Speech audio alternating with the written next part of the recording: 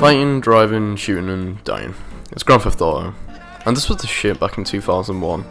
But you compare it to any open world action adventure released in 2018 and it's bare bones. Or 2013's GTA 5, the latest entry in the series. Or even GTA San Andreas, which was only released 3 years later in 2004. But what you can do, the fighting, driving, shooting and well, especially the dying, it works well enough to have a good time.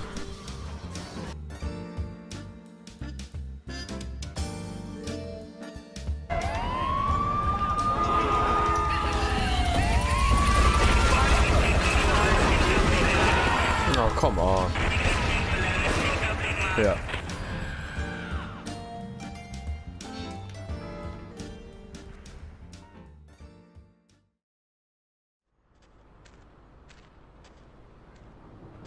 Wait here, man, while I go in and talk to Luigi.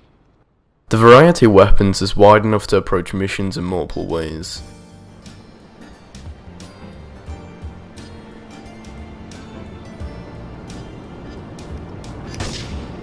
Oh!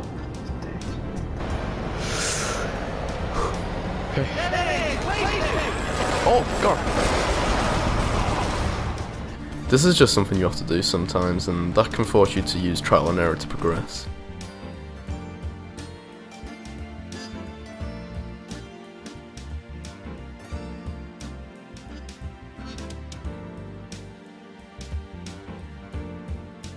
Honestly, I hate this, but thankfully it's not too common. No, actually I tend to fail the missions the most bullshit scenarios possible. Oh, cool.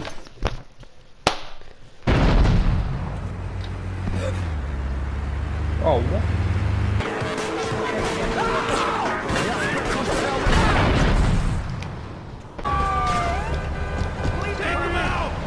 Do not listen. Oh, I give up. I can't handle this game. What the fuck?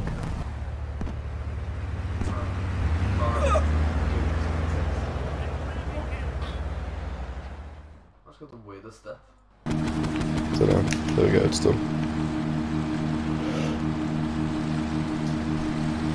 Oh, you. Whoa! What? Okay, I guess I'll just get out and fail on. That's bullshit, isn't it? No, oh, fuck off. Fucking hell. No. No. Oh, go! Oh, for fuck's sake.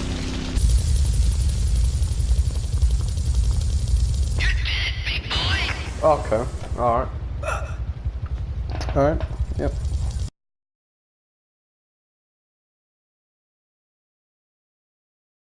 Back to weapons. They're important.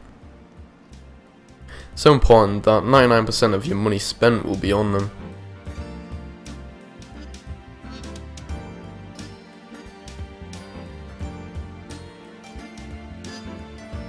Yes, even collectibles. That's not the biggest thing. What's the only other asset valuable to the player, excluding money of course?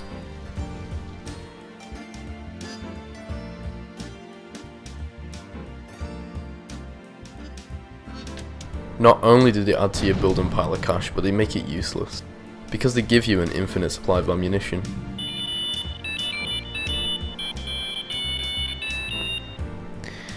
Yeah. 100 collectibles get you unlimited ammo for the pistol, Uzi, grenades, shotgun, Molotovs, AK-47, sniper rifle, M16, rocket launcher, and an always respawning body armor. Oh, as well as $1.1 million.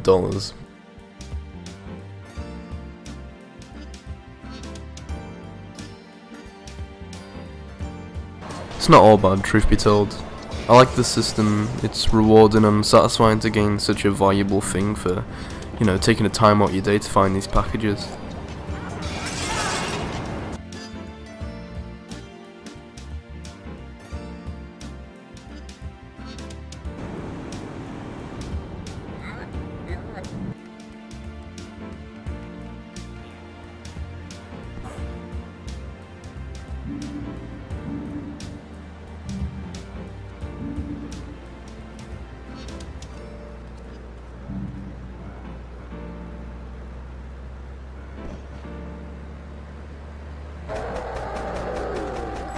and to be fair, the weapons have a cooldown time.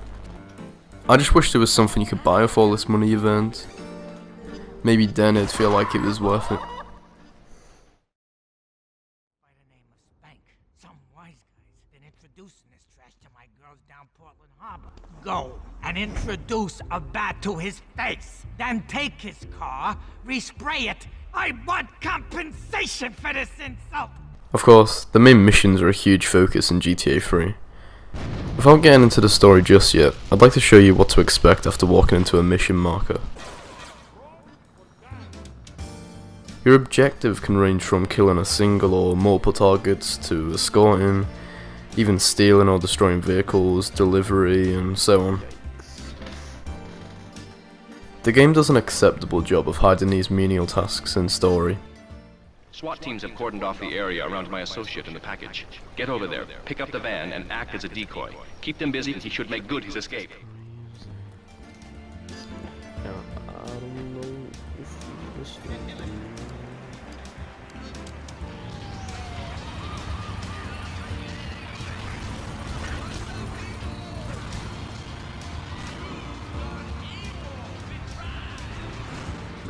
Though it can be frustrating delivering cars when you're over 5 hours into the playthrough. Yay! I deliver the car. Come on, go. Luckily, the example I'm thinking of is actually optional, even though it's classed as a main mission.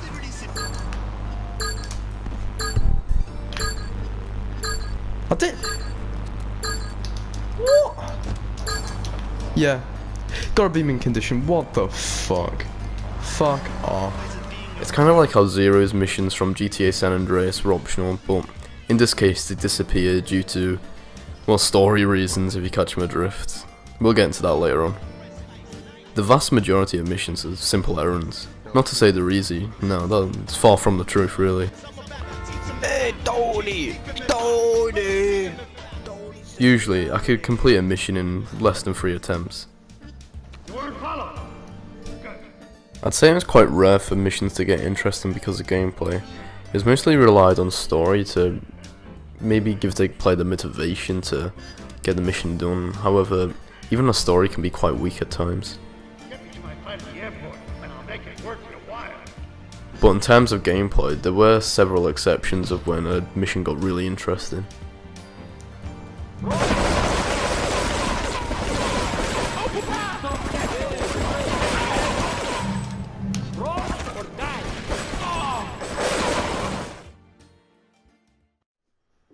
Hey, let's get this out of here. God knows what it is, but he seems to want it badly enough, so it must be worth something. Who the heck? You! Hey, take it easy, amigo. No es nada, no es nada. Payphone missions and emergency activities. This is the secondary stuff.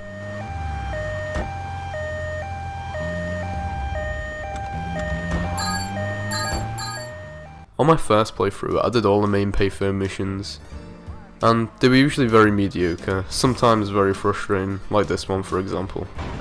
Oh, okay. Okay. And on my second playthrough, I just avoided them completely. However, coming across an unmarked payphone mission for the first time, it was actually quite special. Just using my initiative and being rewarded, you know, there's no hand-holding whatsoever, just an audio cue to look for a phone. It was pretty cool. Call the YMCA.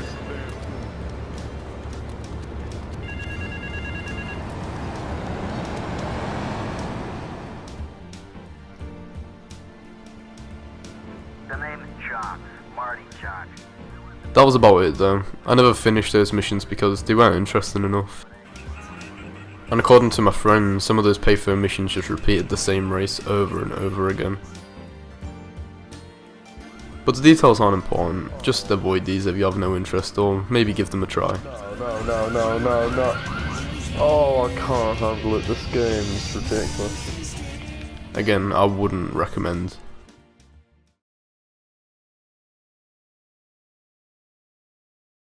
The emergency activities, on the other hand, is another story. Vigilante task gives you the police bribes, which is very useful. It actually puts the safe in safe house because saving your game doesn't actually remove the wanted level.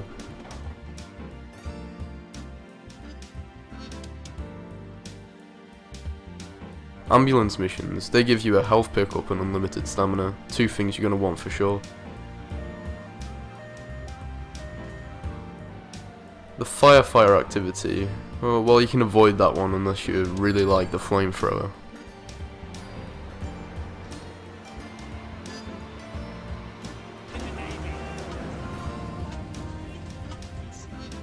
It's also worth just avoiding a taxi job too. The reward is a unique taxi vehicle.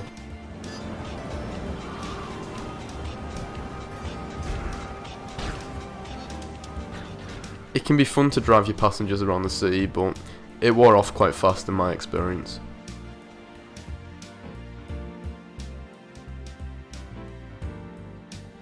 Do the ambulance activity on Island 1 as soon as possible.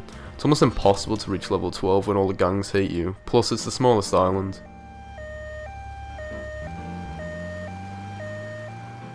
And for the police activity, also do this on Island 1.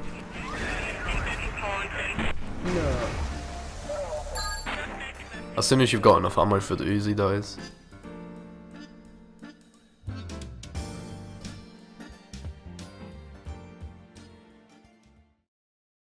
She's a great woman, you know, strong, Firenze. She's good. Fine. Terrific, terrific. Now listen, you guys, you go inside while I talk to our new friend here. I see nothing but good things for you, my boy. Well, here's something incredibly subjective, even more so than everything else mentioned so far. What do I think of the small selection music in this game? Quite frankly, it's bad, for the most part. Take a look at this. Head Radio had 3 solid songs out of the 7, and yes, 7 songs. Get used to hearing the same song over and over again until you fucking lose your mind. From the station that can give you more.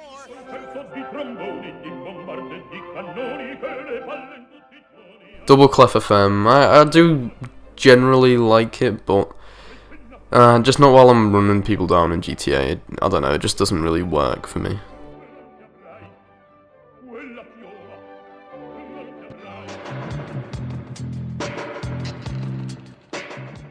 KJR has 5 songs, and I don't really like any of them. They're all by the same artist called Scientists, so they sound quite alike.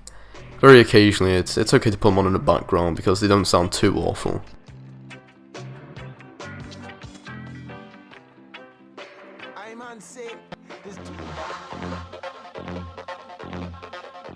Rise FM is simply terrible. It's just, again, this is subjective, but I really don't like Rise FM.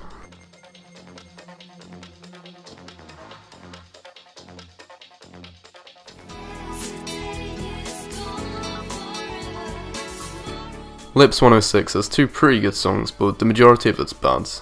Yeah, that's about right. It's pop music, so I can't really say I'm surprised.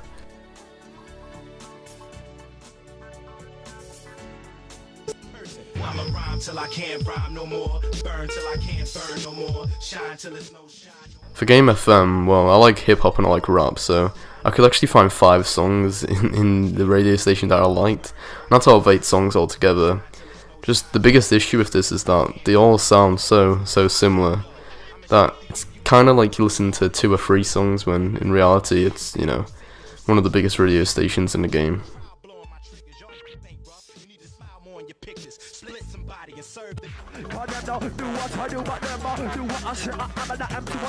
MSX FM, 11 songs and, well, I don't like any of them.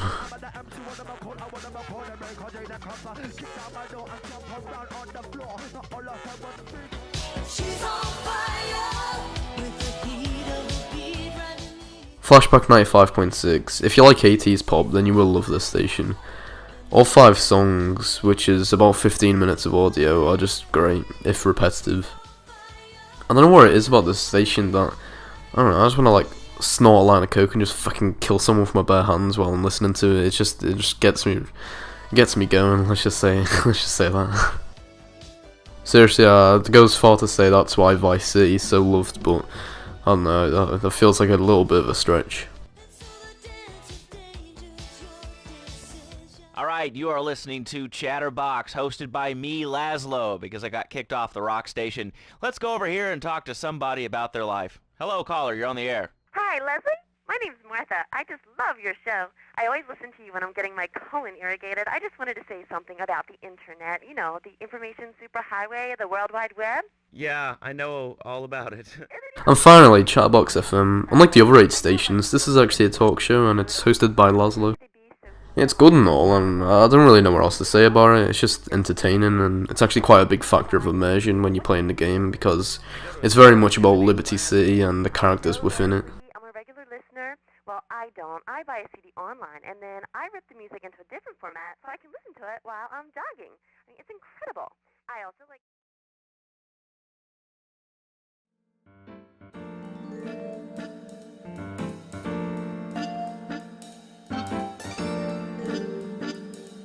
To answer this question, yeah, it is. But I can deal with a game that doesn't allow you to move the camera until you're standing still, and I can stick with a character that can't swim in a world where cars handle like this. I can also persevere when I'm continuously failing due to the game's difficulty. But you need to consider everything you've seen in this video, and ask yourself if this is a game that you could play. Hopefully you didn't come to this video for a definite answer, because just like my opinion on MSX FM, I mean, it's subjective.